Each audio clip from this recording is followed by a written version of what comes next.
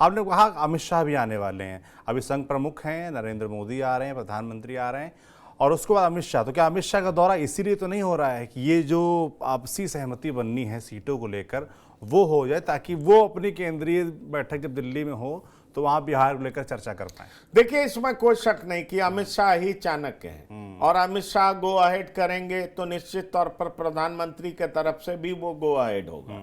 तो अमित शाह तो चीजों का मूल्यांकन तो करेंगे ही।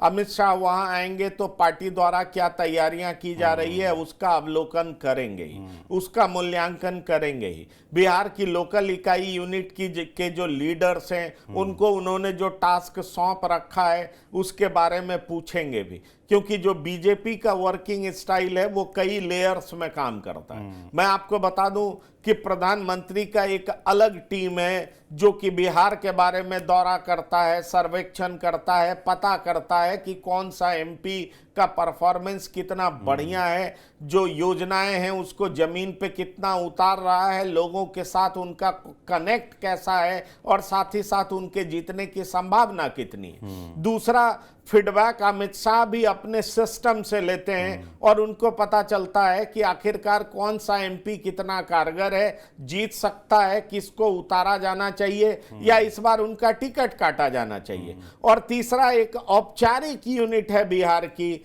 जो कि काम करती है, जो कि वहां के लोकल लीडर्स हैं, उसमें कई लोग इंपॉर्टेंट हैं। उसमें सम्राट चौधरी हैं, उसमें नित्यानंद राय हैं, उसमें संजय जायसवाल हैं, उसमें भीखू भाई दलसानिया हैं, ये तमाम ऐसे लोग हैं, उसमें सुशील मोदी हैं। ये सारे लोग हैं जो किसी भी उम्मीदवार को लेकर के एक ओपिनियन बनाते हैं और शीर्ष नेतृत्व को बताते हैं। लेकिन शीर्ष नेतृत्व इनके ओपिनियन को सुनने से पहले अपने टीम के जरिए भी एक ओपिनियन बना करके रखता है कि आखिरकार इनकी कही हुई बातें और उनकी जो टीम है वो किस तरीके से मैच करता है या टैली करता है। इसीलिए मैंने सुना भी है कि बीजेपी के जो क्षेत्रीय नेता होते हैं वो जब किसी की सिफारिश करने जा रहे होते तो उनके दिमाग में बड़ी टेंशन होती है कि एक सर्वे मोटा भाई के पास भी है, अमित शाह के पास भी होगा। क्योंकि मैं आपको यह कहानी बता रहा हूं, दरअसल जब बिहार में नीतीश कुमार के साथ सरकार बनाने की बात चल रही थी तो लोकल यूनिट ने मना किया। लोकल यूनिट ने कहा कि नीतीश के आने का कोई फायदा नहीं होगा। और ये मैं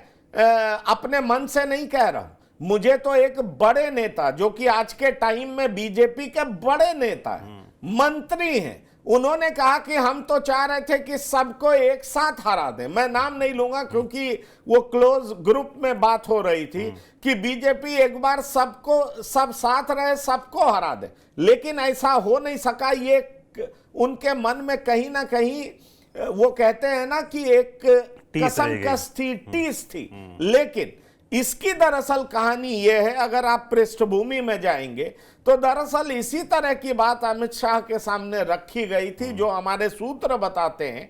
और अमित शाह चूंकि वो चाणक्य माने जाते हैं, हर जगह पर उनकी पैनी नजर रहती है, उन्होंने कहा कि नहीं, हमारे सर्वेस तो कुछ और कह रहे हैं। आप कह रहे हैं हरा देंगे, लेकिन सर्वेस तो कुछ और कह रहे हैं। ऐसे में सवाल उठता है कि आप हरा कैसे देंगे। इसलिए तैयारी करिए कि उनके साथ मिलकर के हमें सरकार बनानी है और लोकसभा का चुनाव लड़ना।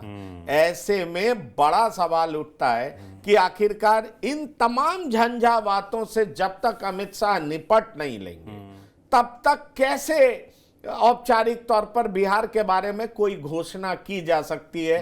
क्योंकि मैं आपको बता दूं कि एक एक सीट पर कई उम्मीदवार हैं जो चुनाव लड़ने की तैयारी कर रहे हैं। कई लोगों के टिकट कटने की संभावना है। हमने अपने प्रीवियस पहले के वीडियोस में इस तरह की बात की भी है कि वो कौन से लोग हैं जिनके टिकट कट सकते हैं, नए चेहरे आ सकते हैं। और उसमें देखिए, एक जो बहुत बड़ी बात सौरभ जो कही जा रही है, जिसको इस बार दिमाग में रखा जा सकता है, वो है सोशियो इकोनॉमिक सर्वे। अगर आप देखेंगे तो अपर कास्ट की संख्या वहां पर कम है, 10 से 12% से ज्यादा नहीं। और जबकि अगर आप एमपीज देखेंगे तो वो तकरीबन 13 है, तो वो 33% हो जाते हैं। अब ये सवाल उठ रहा है कि संख्या 10 से 12% और आपके एमपीज 33%, ये मिसमैच कैसे हो सकता है? इसलिए ये भी दूर करने की कोशिश होगी। विनेबिलिटी भी देखा जाएगा, इसको भी देखा जाएगा। और ऐसा इसलिए देखा जाएगा क्योंकि आप देख रहे हैं कि जिस तरीके से कांग्रेस, जिस तरीके से आरजेडी, तमाम लोग जातीय जनगणना का मुद्दा उठा रहे हैं और जातीय जनगणना की वजह से बता रहे हैं कि आपका नुकसान क्यों हो रहा है। और बार बार बीजेपी काउंटर कर रही है कि दरअसल कांग्रेस शुरू से ही ओबीसी विरोधी रही है। हमारी पार्टी में तो इतने केंद्रीय मंत्री ओबीसी समाज से आते हैं, हमारे प्रधानमंत्री ओबीसी समाज से आते हैं, ऐसे में हमें ओबीसी विरोधी कहना कहां तक जायज है? ये तो काउंटर करते हैं ऐसा बोल करके। लेकिन बिहार में इस रणनीति को जमीन पर भी एक हद तक उतारना पड़ेगा ताकि अपने मतदाताओं के बीच में कह सके कि देखिए हम जो कहते हैं सो करते हैं। क्योंकि आपको बेहतर पता है इस बार जब से 5 राज्यों में इनकी जीत हुई है, आप एक तेलंगाना हटा दीजिए, तो इनकी जीत के बाद खासतौर पर 3 प्रमुख हिंदी स्पीकिंग राज्य में जब इनकी जीत हुई है, उसके बाद से मोदी की गारंटी वाला शब्द बार बार प्रचलित हो रहा है। कहा जा रहा है मोदी जो कहते हैं करते हैं, जिस तरह की बात करते हैं उसको अंजाम देते हैं। ऐसे में बीजेपी के लिए, और वो भी खास तौर पर बिहार में, इन समस्याओं से निपटने के लिए कोई ना कोई एक फॉर्मूला तो ढूंढना पड़ेगा। और वो फॉर्मूला क्या होगा वो देखने वाली बात है।